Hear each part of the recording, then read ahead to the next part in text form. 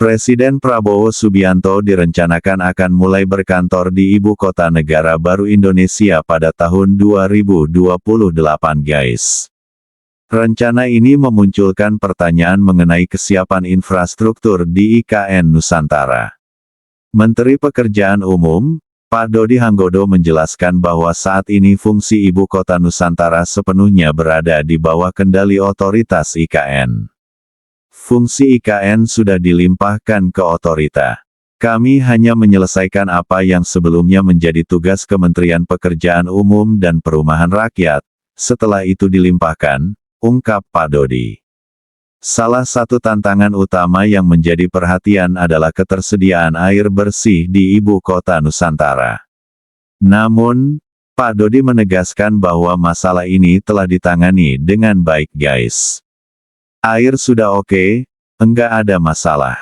Kalau ada kekurangan, kami pastikan itu segera diselesaikan, ujarnya dengan optimis. Mengenai target penyelesaian infrastruktur di IKN, Pak Dodi menyebutkan bahwa batas waktu maksimal penggunaan wilayah tersebut adalah tahun 2029 guys. Ia menambahkan bahwa sebagian besar proyek sudah berjalan sesuai jadwal untuk mendukung rencana kepindahan pada tahun 2028. Target penggunaan paling lambat 2029. Kami fokus menyelesaikan bagian kami, yaitu infrastruktur, tambahnya. Ketika ditanya apakah Presiden Prabowo benar-benar akan berkantor di ibu kota Nusantara pada tahun 2028, Pak Dodi enggan berspekulasi. Menteri hanya bertugas memastikan infrastruktur siap. Soal Presiden mau berkantor di Jakarta, Bogor, atau ibu kota Nusantara, itu tergantung keputusan beliau. Silakan tanya langsung ke Pak Presiden, ujarnya. Pak Dodi juga menekankan peran kementeriannya dalam proyek besar ini, dengan menyatakan bahwa tugas mereka adalah mendukung keputusan kepala negara. Menteri itu bawahan Presiden. Kami hanya menjalankan tugas. Kemanapun Presiden memutuskan, kami harus siap, ujar Pak Dodi. Mudah-mudahan, ya sekali lagi saya hanya bisa mengatakan kita berupaya dalam 4 tahun ke depan, seperti yang beliau sampaikan 4-5 tahun ke depan ya sudah, jadilah pusat pemerintahan itu. KIPP itu, kawasan inti pusat pemerintahan, sudah bisa benar-benar operasional. Nah, artinya memang harus dikawal dengan baik, itulah otorita IKN harus bekerja dengan timeline yang ketat, berkoordinasi, itu juga nanti akan menjadi wilayah koordinasi kami, Kemenko Infrastruktur, dan ada beberapa masalah lahan juga masih tersisa, saya tahu itu.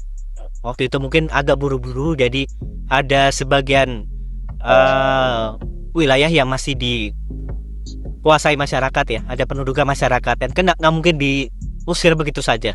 Harus ketemu untuk win-win solutionnya seperti apa, agar mereka juga diperlakukan dengan baik dan adil, baiklah gitu. Tapi sejauh ini saya melihat beliau, Pak Presiden juga masih spiritnya sama untuk menyelesaikan itu dengan baik gitu. Nah, yang lain-lain yang tadinya dibayangkan akan menjadi Center for Financial District, nah itu bisa belakangan. Artinya jangan terpatri ke sana. Nanti kita sendiri akan tercekik gitu, karena ini kan butuh proses. Apalagi ini sesuatu yang baru benar dibuka kan. Bisa lihat kan itu juga sekian lama baru bisa benar-benar berfungsi sebagai pusat pemerintahan. Kita juga belajar dari negara-negara lain yang berpindah ibu kotanya atau ibu kota pemerintahannya. Nah, Malaysia ada Putrajaya, Brasil ada Rio ya, dan Brasilia ya dulu ya. Kazakhstan itu ada Astana dan lain sebagainya. Jadi ada yang sukses, ada yang tidak begitu sukses. Nah, kita nggak boleh menjadi yang gagal. Kita harus sukses tentu dengan perencanaan yang baik dan semuanya dihitung dengan prudent. Kira-kira begitu. Kalau terkait infrastruktur untuk pembangunan manusia ya, secara langsung yang sering saya sampaikan tadi adalah bagaimana infrastruktur ini bisa mendukung meningkatnya mutu pendidikan kita. Jadi sekolah-sekolah kita, baik sekolah dasar, menengah dan tinggi, itu ya lebih layak. Kalau kita melihat Jakarta mungkin secara umum sudah baik. Tapi juga kalau mau lebih teliti lagi, bahkan di Jakarta pun cukup banyak sekolah yang kondisinya tidak baik. Nah, ini yang perlu kita tekankan juga kepada pemerintah daerah untuk mengalokasikan APBD-nya juga untuk perbaikan-perbaikan, revitalisasi sekolah-sekolah. Nah, selebihnya tadi aspek kesehatan. Jadi percuma punya gedung-gedung tinggi kalau masyarakatnya kondisi kesehatannya tidak baik atau rentan.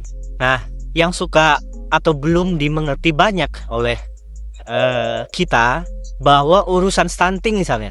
Stunting itu bukan hanya karena kurang makan. Program makan bergizi bagus sekali. Kalau jalan, kalau ini sukses, ini akan signifikan tadi buat kesehatan masyarakat, tapi juga akan terjadi roda ekonomi daerah untuk pasokan makanan, dapur-dapur dan distribusinya begitu. Tapi juga tadi stunting, urusan kesehatan itu juga urusan dengan sanitasi, dengan kebersihan, dengan air bersih. Itu adanya di kita. Di PU itu ada namanya SDA, Direktorat Jenderal Sumber Daya Air. Betul ya? Dan diantaranya adalah meyakinkan agar suplai air bersih, suplai air minum, termasuk juga sanitasi, ini juga bagus. Waste management juga harus ditingkatkan. Itu semua langsung kena manusianya. Nah tadi kembali kepada jangan hanya yang mercusuar atau yang megah-megah, tapi langsung menyentuh ke situ. Gitu. Bukan berarti kita tidak melanjutkan apa yang sudah dibangun selama ini. Jadi kita benar-benar harus pas menempatkan prioritas ini, sehingga setiap rupiah yang dikeluarkan untuk infrastruktur, setiap rupiah uang rakyat ini benar-benar tepat sasaran dan tepat guna.